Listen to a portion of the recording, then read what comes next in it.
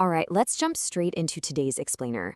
We're doing something a bit different today. We are totally shifting the narrative away from all that endless, abstract global AI hype you see online. Instead, we're zooming in on a highly profitable, totally pragmatic playbook that is custom built for Kenyan businesses. We're going to look at exactly how local companies from Nairobi to Mombasa are taking the whole AI conversation from, oh, that sounds interesting, to, wow, this is literally running my business and saving us serious cash. So I want you to ask yourself, is your Kenyan business actually ready for AI? Because I talk to a lot of business owners, and they hesitate right here. They start thinking about power cuts, or patchy internet, or super tight budgets. But listen, if you hold back because of those perceived constraints, you're honestly just handing over your early mover advantage. The technology has already adapted to our local realities, and it's ready to go. And just to put into perspective why that early mover advantage is absolutely crucial right now, 47 million. According to the Communications Authority of Kenya's 2024 stats, that is the number of mobile broadband subscriptions in the country. Your customers are online, they're fully connected. Plus, with Gen Z and millennials making up over 70% of the population, these are folks who expect an immediate, seamless response on platforms like WhatsApp, no matter the time of day. If you aren't meeting them there instantly, believe me, someone else will. So here's our game plan for today's explainer. We'll start with the Kenyan AI urgency, figure out finding your starting point, dive into a real-world case study with Fahari distributors, walk through the implementation playbook, and finally wrap up with avoiding common AI mistakes. Let's get to it. Okay, part 1, the Kenyan AI urgency. Why adopt AI right now? Let's look at the on-the-ground pressures that are forcing this shift, like right now. The competitive reality today isn't about how big your business is, it's entirely about speed. And there are 3 huge pressures driving this. First, wage inflation in Nairobi is making those human-intensive, repetitive tasks incredibly expensive.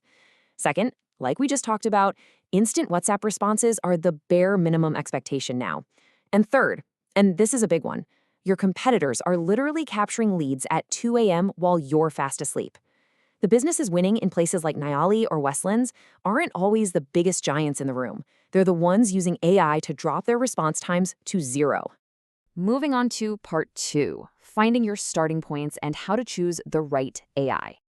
Listen, the absolute costliest mistake you can make with AI is throwing money at the wrong problem. To dodge that bullet, you want to use this matrix of pain. The golden rule here is simple. Identify your highest pain, highest volume process. And look at how specific this gets based on what you do. A retail SME in Nairobi can automate all those annoying repetitive WhatsApp inquiries for just 25,000 to 40,000 shillings. Meanwhile, a Mombasa logistics firm can fix their manual routing bottlenecks for maybe 60 to 120 grand.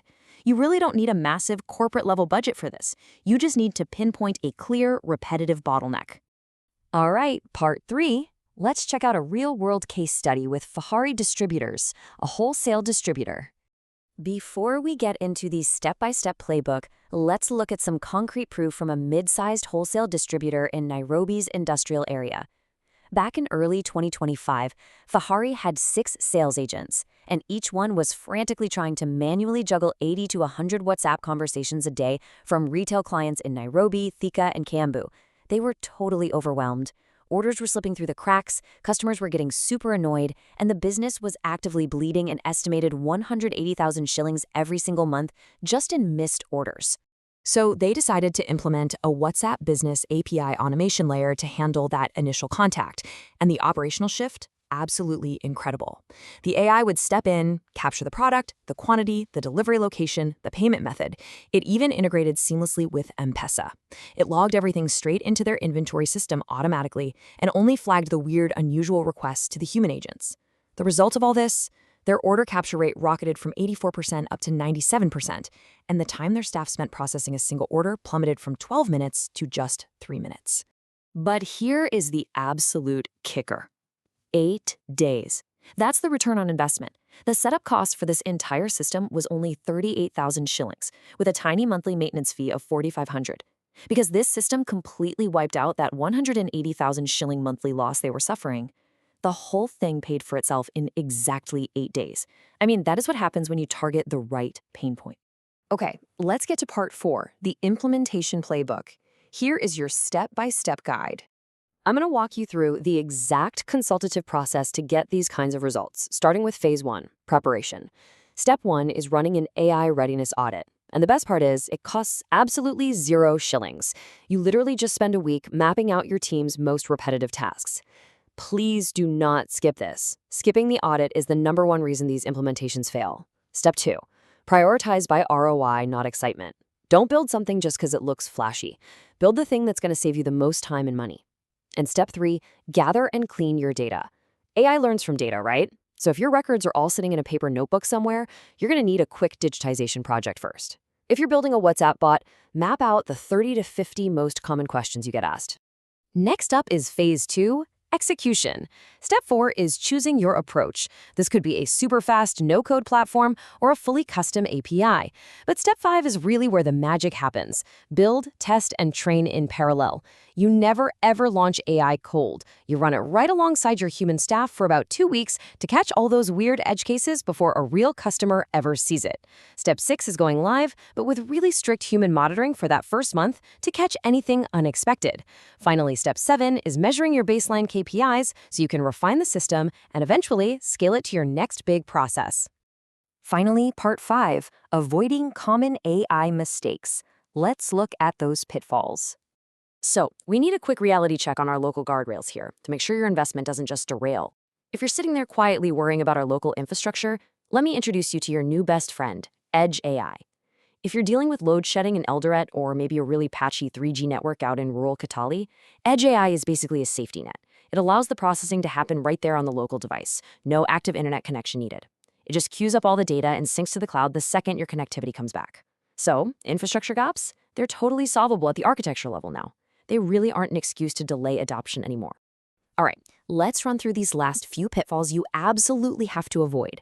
First off, choosing by hype rather than pain. Don't fall for the shiny new toy syndrome. Second, underestimating your data readiness. Remember what we said, cleaning up your data is easily 30 to 40% of the actual work. Third, skipping staff training. I want to emphasize this one heavily. In most Kenyan business contexts, AI does not replace your staff. It changes what they do. If your team feels threatened, they will find a way to undermine the system.